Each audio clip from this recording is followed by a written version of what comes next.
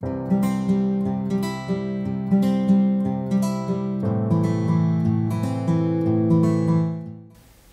Johannes 1 vers 1 tot 2 lees ons: Van die begin af was hy daar.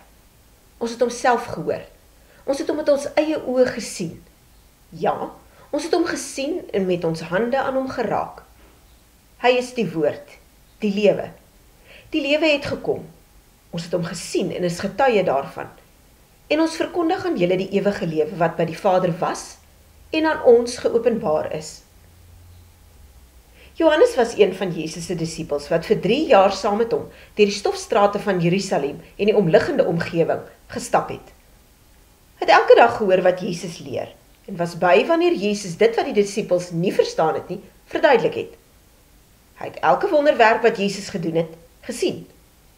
En hy was by toe Jesus aan die kruis gesterf het en was een van die eerstes wat in die graf ingegaan het nadat Jesus opgestaan het.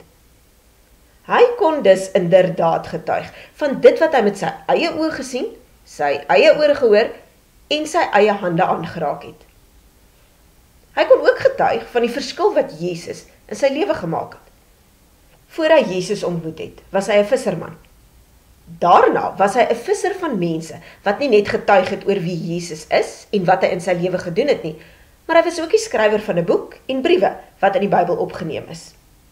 Johannes het dus Jesus se opdrag om disippels te maak van alle nasies en hulle te leer om alles te onderhou wat hy beveel het, ernstig opgeneem. Maar Jesus het daardie opdrag nie net vir die eerste disippels gegee nie. Hy het dit ook vir jou en my gegee.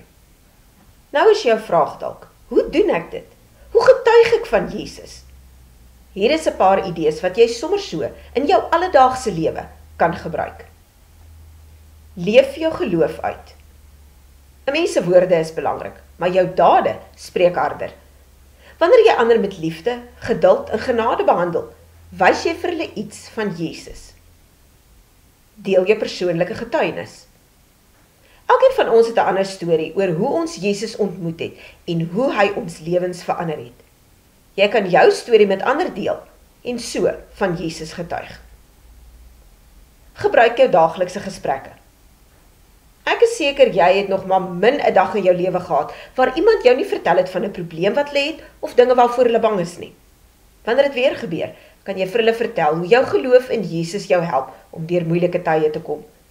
Jy kan ook aanbied om vir die persoon te bid. Selfs mense wat nie noodwendig gelowig is nie, waardeer dit baie keer as iemand vir hulle intree. Nooi iemand saam. Gaan jy Sondag kerk toe? Nooi iemand om saam met jou te gaan. Woon jy Bybelstudie by? Dis ook iets waarheen jy iemand kan uitnooi. Of nooi sommer net iemand vir 'n geselsie oor geloof, terwyl jy in 'n koffiewinkel saam 'n koppie koffie geniet. Soms het mense net 'n uitnodiging nodig. Leef anders as die wêreld. Ons lees gereeld in die Bybel dat ons, as God se kinders, anders moet leef as die mense wat hom nie ken nie. Wanneer jy in moeilike situasies optree met vrede, hoop en vertroue in God, sal mense wonder wat jou anders maak. Dit kan 'n geleentheid wees om oor Jesus te praat. Johannes het getuig oor wat hy gesien en gehoor het. Net so kan jy getuig oor wat Jesus in jou lewe doen. Vertel dit soms so terloops vir ander en wees so gehoorsaam aan die opdrag wat Jesus vir ons gegee het. As hierdie boodskap vandag vir jou iets beteken het, deel dit dan met iemand anders. Gee dit ook 'n thumbs up hieronder en teken in op ons kanaal vir meer boodskappe en wenke. Baie seën vir jou en mag die Here jou help om vandag nog vir iemand anders van Jesus te vertel, sodat jy op die manier 'n lig in die wêreld kan wees.